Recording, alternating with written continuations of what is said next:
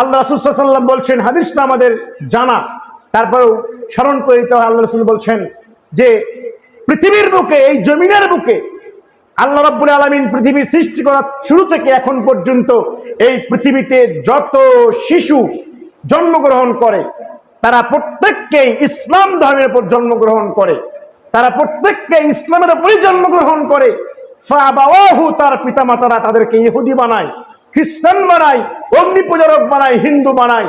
তাহলে এই হাদিস থেকে আমরা বুঝতে পারি যে আপনার আমার ঘরে যে সন্তান জন্মগ্রহণ করেছে, এই সন্তানকে আল্লাহ রাব্বুল আলামিন মুসলিম করে পৃথিবীতে প্রেরণ করেছেন।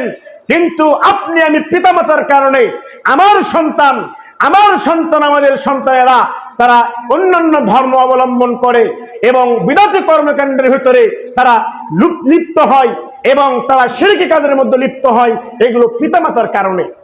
তাহলে পিতামাতাকে বলতে চাই, যারা আমরা অভিভাবক রয়েছে, আমাদের দায়িত্ব এবং কর্তব্য হচ্ছে আমাদের সন্তানদেরকে ছোটবেলায় থেকে ইসলামী শিক্ষায় শিক্ষিত করার। এখানে আপনার মনে প্রশ্ন আসবে, আমার মনে প্রশ্ন আসবে, ইসলামী শিক্ষায় শিক্ষিত করলে তো আর কিছু করা যায় না। আমরা আলেম সমাজ বা কেউ কোনোদিন ফতোয়া দেয় নাই, বক্তব্য দেয় নাই যে ইসলামের বিধান অনুসন্ধান করতে গেলে বা মাদ্রাসায় পড়তে গেলে আর কোনো কিছু করা যাবে না, এই কথা কেউ বলে নাই। আপনার ইচ্ছা, আমার ইচ্ছা, আমার সন্তান লেখাপড়া করবে, ডাক্তার হবে, ইঞ্জিনিয়ার হবে, মাস্টার হবে, হাকিম হবে, বিচারক হবে। আপনার আমার অনেক চিন্তা ভাবনা রয়েছে। আপনাকে বলতে চাই, হ্যাঁ, আপনার চিন্তা ভাবনাকে সাধুবাদ জানাই। কেন? কারণ এই পৃথিবীতে চলতে হলে একজন ভ্যান চালকের প্রয়োজন রয়েছে, একজন উকিলের প্রয়োজন রয়েছে। আপনি অসুস্থ হলে আমাদের চিকিৎসার জন্য ডাক্তারের প্রয়োজন রয়েছে। আমরা দুনিয়ার কোনো মামলায় পড়লে উকিলের প্রয়োজন রয়েছে। অতএব বলতে চাই, আপনার সন্তান ডাক্তার হবে, আপনার সন্তান উকিল হবে, আপনার সন্তান ব্যারিস্টার হবে, আপনার সন্তান একজন গবেষক হবে, আপনার সন্তান একজন আলেম হবে। কিন্তু তার পূর্বেই আপনার সন্তানকে ডাক্তার ইঞ্জিনিয়ার বানানোর পূর্বেই আপনার আমার সন্তানকে যে সুশিক্ষা শিক্ষিত করতে হবে, সেটা হচ্ছে ইসলাম শিক্ষা শিক্ষিত করতে হবে।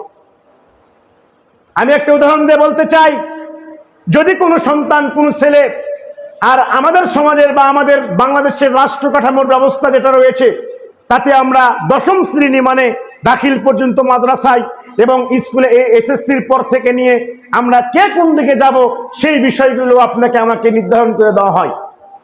তাহলে এই যে 10টা বছর রয়েছে, আপনার সন্তান আরো 10 বছরে চলে গেল।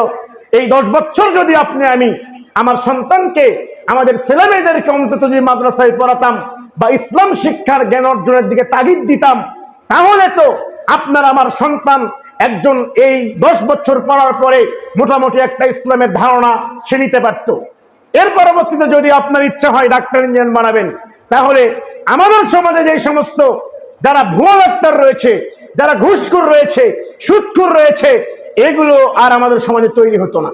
কারণ ওই সন্তানের ভিতরে যখন কি থাকবে, ইসলামের জ্ঞান থাকবে, যখন জানবে এটা হালাল, এটা হারাম, এটা করা যাবে না, এটা করতে হবে, তখন ওই সন্তানের মাধ্যম দিয়ে কখনোই ঘুষের সঙ্গে জড়িত সম্ভব নয়। আমরা দেখতে পাই ডাক্তার যারা রয়েছে তারা অনেক সময় রোগীকে বেশি বেশি ওষুধ লিখে দেয়, তারা অনেক সময় বেশি বেশি ভিজিট নেয়, যেটা আমরা সাধারণ মানুষ যারা যারা রোজগার কম করতে পারে, টাকা পয়সা কম, তাদের কাছে অনেক মনে হয়, অনেক কষ্ট হয়। যদি এই সন্তান, ওই ডাক্তার যদি কি করত, এই ডাক্তারি শিকার পূর্বে যদি ইসলামের জ্ঞান, প্রাথমিক জ্ঞান অর্জন করতো, তাহলে হয়তো অন্যায় এই জুলুমগুলো করতো না, ঠিক কিনা? সম্মানিত উপস্থিতি, বলছিলাম তাহলে আমাদের সন্তানদেরকে প্রাথমিকভাবে আপনাকে আমাকে ইসলামিক শিক্ষায় শিক্ষিত করতে হবে। দেখুন, আল্লাহ রাসূল সাল্লাল্লাহু আলাইহি ওয়াসাল্লাম তিনি বলছেন, আদর্শ পরিবার গঠন করার জন্য বেশ কয়েকটি নির্দেশনা দিয়েছেন।